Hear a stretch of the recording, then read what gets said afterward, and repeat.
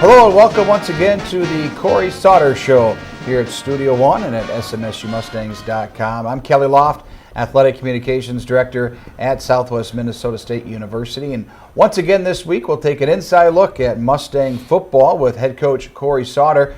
We'll take a look at the highlights and discuss last week's game versus St. Cloud State University and preview next week's game versus the Peacocks from Upper Iowa University. So lots coming up here in another half hour of the Cory Sauter Show. And joining us is the head coach, Cory Sauter, after the Mustangs' tough loss to nationally ranked St. Cloud State over the weekend at the Regional Events Center. The Mustangs lose 24-17 to a team now that's 6-1 overall and moving up in the national rankings. And Coach, we'll take a look at the highlights and talk in depth about the ball game, but you had a chance there in the last drive, a chance to tie the game and possibly go for the win. And I tell you what, before the game, I'm sure if you would have been told that we have a chance in the last drive of the game to win it, you would definitely take that, because St. Cloud State, a team that's a very good football program and has beaten some good teams so far this season in non-conference play, and is a team right now that's looking like they're going to the playoffs. All right, and we knew going into the ball game we needed to get a few breaks our way, and our kids hung in there the entire ball game despite the score. And when you do that, and they made a few mistakes, that allowed us to get back in the ball game, and it was definitely an exciting ball game to be a part of. And would have been nice to have been able to score there in that last drive and see really what would have happened if we did go for two there, and which we we're planning on doing. I think just it was the right thing to do with momentum, and like you mentioned, to have an opportunity to win the game on a last play of the ball game essentially would have been ideal. So, but kids played hard, really, despite some of our injury situations. The guys that played their hearts out, and can't say enough about really how they responded despite going against one of the better teams in the country. Yeah, again, the Mustangs lose 24-17 to the Huskies. SMSU trailed 17-3 at halftime and then trailed 24-3 after 3 quarters of play, but a couple of touchdowns in the fourth quarter brought the Mustangs to within 7. You've got the stop on defense that you needed there in the fourth quarter. You got several stops by the Mustang defense to give the SMSU a chance, and drove down from deep in their own territory down to about the 25-yard line of St. Cloud, but Tyler Prashon was intercepted with about 12 seconds to go, and that was the end of the ball game as St. Cloud State gets the win 24-17. And you talk about catching some breaks. That's what you need to have a chance in this football game, and you did get some, but I think the Huskies probably got some more breaks for the Mustangs. Some miscues. We had a fumble deep in our own end that led to 7 points, and then late in the first half they made a play on a 4th and long situation through basically a jump ball, and their receiver came down with it. There's just a couple of inches there, so to speak. If we don't fumble or just knock that ball away, there's 14 points that St. Cloud does not have. Yeah, and that's what I told the players at halftime. It really, when you take away 2 plays, it's a 3-3 ball game, going in at halftime. And, we fumbled on our own 12-yard line, which puts your defense in just a horrible spot. And so they essentially got a cheap touchdown there. And defensively, you can't really expect them to make all those types of plays when you're on your own 12. And then the play right before the half, Wes Anderson essentially was in man coverage and was stride for stride with their receiver. They both go up for the ball. They're wrestling for it as they came down, and their guy came up with it. It's a totally different ball game if they don't have that one big play, and it was a 4th and 8 situation, and because essentially they were a little bit out of field goal range or didn't want to risk getting one blocked, and so they decided to go for it, and they made a play, and so that was really the first half in a nutshell. When you look at it, 2 big plays that could have gone either way, and definitely changed the type of ball game that we're in. Down by 2 scores going into halftime and kicking off the second half. That's not where you want to be against a nationally ranked team, and but guys responded, guys believed, and we battled back. We made some plays, and made it a ball game. Well, you talk about the defense in the second half. They forced the Huskies to punt 3 times, also forced St. Cloud to turn the ball over on downs, and in that fourth quarter when you're making that comeback and getting those touchdowns, those drives, your defense made some big stops, and including, with just over 3 minutes to go, the Huskies, they're going to run the football. They have a very good rushing attack, and they are able to make a stop and get the football back. And we've been saying it each week now, but there's some plays this team is making on defensively, and you give those guys a lot of credit because, you can just see probably the confidence rising each week on the defensive side of the ball. Yep, and it started a couple weeks ago, as we mentioned, previous couple shows. I mean, defensively, we've just been getting better and better and better and better, and that's encouraging because we've come a long ways from our first game against Northern State and obviously against Mary, giving up 45 points there, as well as Bemidji. And so really proud of the way they've been battling, especially against the St. Cloud team that physically is very, very good. I mean, they got some really nice offensive linemen. They got great tight ends. They got guys that can make plays all over the field, and our defense really stepped up to the challenge. We had to take some risks at times, with some blitzes, with some stunts, some movement up front, just to try to neutralize some of that, and it definitely panned out for us. Well, you look on the offensive side of the football. You mentioned there were some injuries this week, and the Mustangs are really just a patchwork there throughout practice, just to get enough guys to practice throughout the week. Basically, we're without 3 starters, players that started games this season for various reasons, and your team went there and did a very good job. The guys filling in did not allow a sack. You rushed the ball effectively.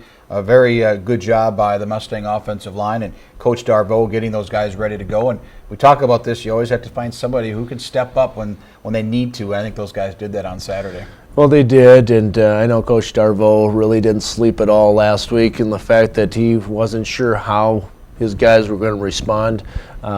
We were very limited in practice. We had to take the pads off. We had to cut down practice. We had to do a lot of things just to make it through the week, and that always scares you because you always want to prepare your players to go against the looks that they're going to see, and it's hard to do that when you're on a very limited basis there. And but to their credit, Coach Darvaux and our players that played in that ball game, I mean, they didn't give up a sack in 46 attempts, and that's unheard of against a very good pass rushing team. Towards the end of the game, we started to tire out a little bit, and some of those injuries started to reappear, and we were a little bit less effective in some of those situations. But still, they were able to get the job done, and kept Tyler upright, and that was important.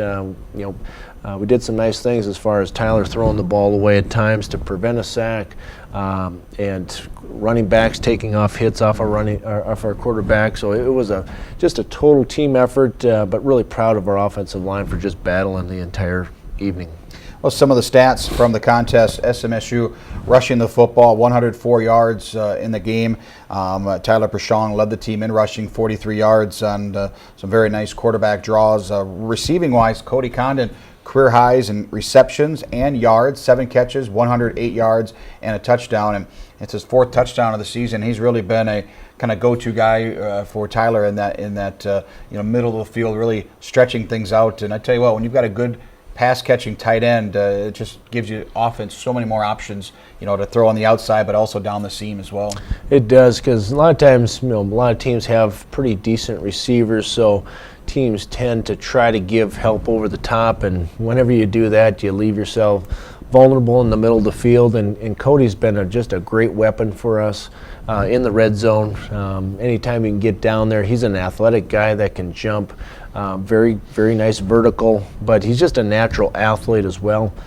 So that was very important to get him involved with our offense. The other part of it is just getting him involved with our run game as well. He's been very solid in that area, along with Will Kirka. Those guys have filled in very, very nicely.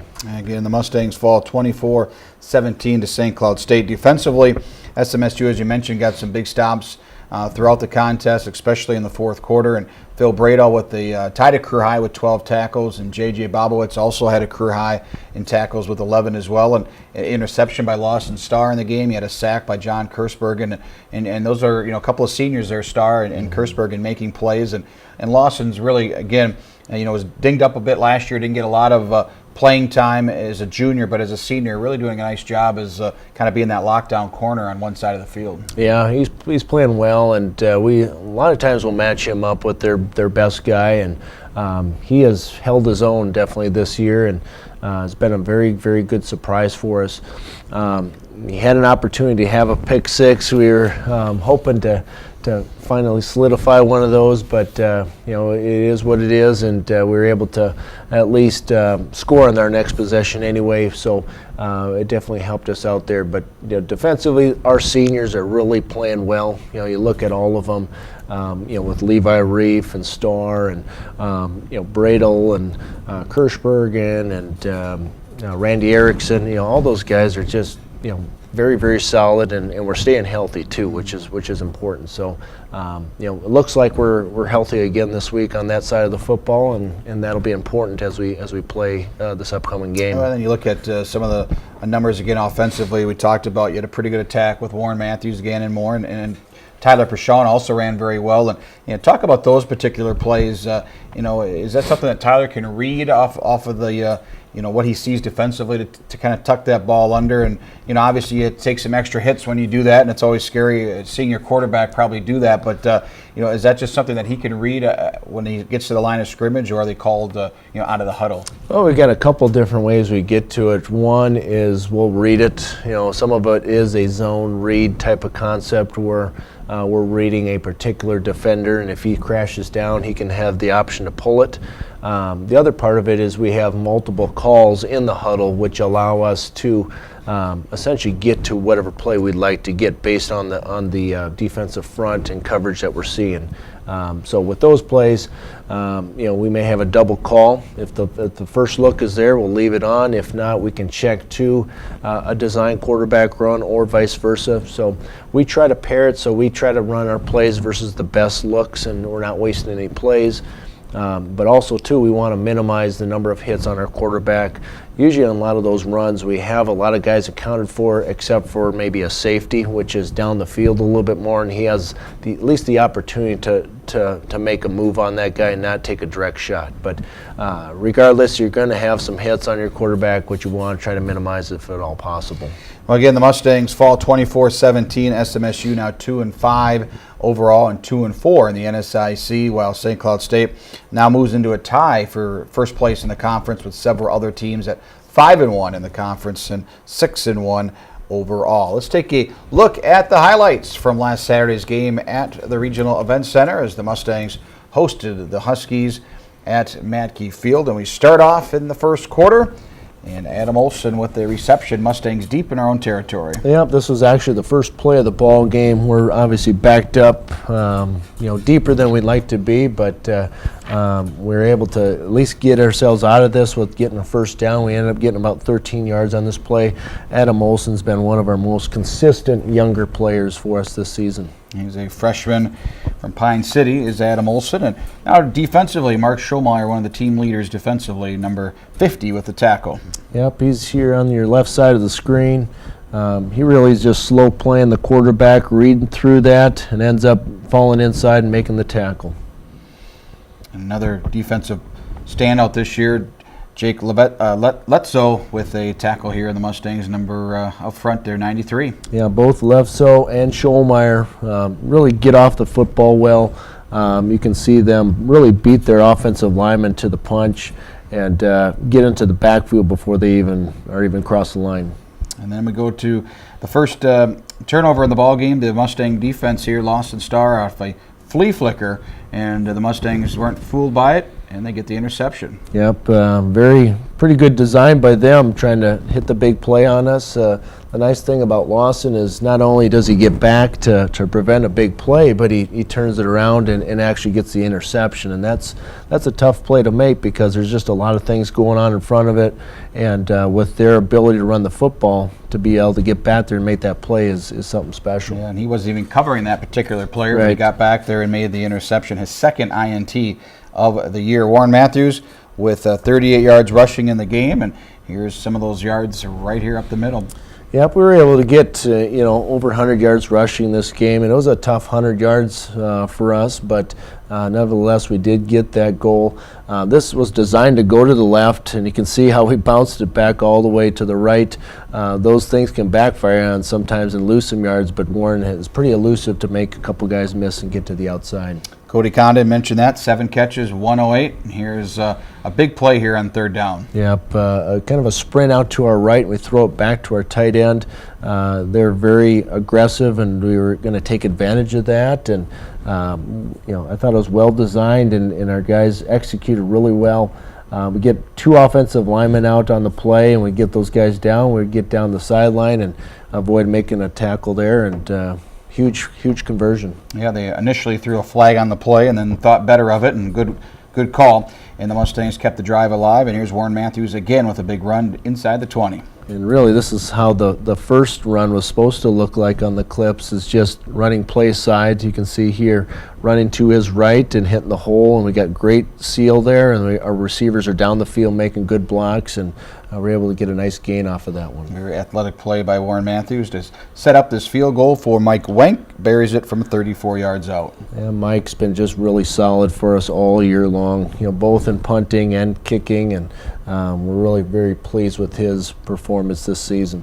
Later on, Mustangs get another block punt, their third of the season, the second by Tyler Tondro, number 22. Right, and he'll be on the second to the left on the line here as you look on the end zone view. He gets a great get off and splits those defenders. The nice thing about him is he just has so much speed. He uses it to his ability, sneaks through, gets a hand on it, gets a deflection, and we get great field position. That's what it takes, and another great impact play for our special teams. Unfortunately, Mustangs were not able to take advantage of it and miss a field goal. So at halftime, Mustangs trail by a score of 17-3, and we move now to the third quarter. And here's a big tackle again by Tyler Tondro, your kickoff return team doing an excellent job. Excellent job all year long, and there's really nowhere for this ball carrier to go. You can see from the end zone, Tondro makes the tackle and things, but just look at the guys converging to the kickoff returner. I mean, there really isn't a place for him to hit. Every single lane is accounted for, and everyone's assignment sound. John Kursbergen, Mustang sack of the ball game here, number 8 on the right side. Yep, on the right side here, just beats their running back and gets into the backfield and makes a big play, and we've been able to do that at times. And then, of course, we continue on now into the fourth quarter, and the defense now making some plays. And here's Bobowitz with the tackle again, a career-high 11 for the sophomore from Illinois. Yep, you see him right here in the middle, as well as left. So, both of those guys really causing some pretty good plays up the middle. And here's Cody Condon on fourth down. And the tight end, the upper part of the screen gets open, and boom, touchdown for the Mustangs. Their safety went and covered the flat. That was a play that we hit quite a bit during the season, as the receiver in the flat left our tight end wide open. You can see from the end zone protection, we just get enough protection to get the ball off. I mean, it's just very close. Warren just barely gets the guy. Pashong barely gets it out, but it's a high reward if you do get it out, and we're able to score on the play. Excellent call. Mustangs dove across at 17-10, and the Mustangs would get the ball back later on in the in this quarter, and keep a drive alive here in a quarterback draw by Pashong. And here's what you were talking about earlier, just some design runs, and really it takes everybody. It takes our offensive line, it takes our tight end, it takes our running back. They're all involved with the blocking scheme, and really allows us to get up to the second level, up into the secondary. And by that point, he's not going to take too many hard hits once you get to that area of the field. A big reception here for Anthony Dean, 2 catches, 30 yards. Did not play last week, but he had some big catches here tonight. Again, another 4th down situation. I think we were 3 for 3 on 4th downs, and we've been very productive there. And again, we ran it earlier in the game, and here we decided to play action, and we get an off coverage by the corner, and just an easy throw, but nice job by Anthony getting 13 yards on the play. Tyler Erickson, 3 receptions for 31 yards. Here's one of his 3. Yep, and again, a great example of a guy that just will not get tackled. He's a guy that refuses to get tackled. It takes about 5 guys to bring him down. But you can see here we have a little bit of breakdown in protection. We don't get the best protection here towards the end of the game, but we still get it out. We have guys at our quarterback's feet. But again, very good effort, put us in a position to get a first down and take some shots at the end zone. Great job by Erickson. He would not go down, took a lot of guys, and Mustangs able to cap it off with a touchdown to Britt Wickett. Yep, and this is essentially a new play that we put in this week. We haven't shown it at all this season, and we ended up hitting a quick slant to Wickett, and again, really good protection here. Gannon makes a nice block on their linebacker, and we've got Wickett running against a safety to the inside. And the Mustangs did get back the football, but would not be enough as they fall 24-17. As you mentioned, after that score with 4:28 to go, the Mustang defense did allow 1 first down, but then forced a punt. And then the Mustangs got it back into the red zone, or threw the ball into the red zone, but it was intercepted, and the Mustangs fall 24-17. Now, Coach, this is this is what coaching's all about now. Obviously, this week as we look ahead to Upper Iowa, the Mustangs host the Peacocks at the Regional Event Center. It's a 5 o'clock start time at the stadium, but obviously the guys are disappointed in the loss. No such thing as moral victories, but they have played much better as of late, and maybe have that a little bit like, well, we played a nationally ranked team very close, and now we can just take on anybody else very easily, and that's what I'm sure you're going to stress this week in practice, that that doesn't really matter. You give an example. Kind of like the Gophers this year, they almost beat USC, and the next week, lost a football game. And obviously Upper Iowa is very good, but a lot to work on this week for the guys. Well, it is, and I told them, early in the week here that basically, we use the 24-hour rule. So, meaning if we have a big victory, we're going to celebrate for 24 hours. If we have a tight loss, we're gonna think about it for 24 hours, and we're done with it. So, really, at this point, that game should be behind us as if it never even existed. And that's the mindset that we have. We'll take the good things from it. We'll learn from the bad things, but we'll just move forward. Upper Iowa, as well as I do, this league, anybody can beat anybody almost every single week, and by no means are we ever going to look past anybody, and that's going to be our focus. Our goal is to find a way to win this ball game, and that's the thing that I'm probably the most happy about this group this year. Is they have been a very focused group as far as just being able to get past a big win or a big loss, and so I would expect for us to come out this week and prepare as well or even better than any other week, and I'm excited about that.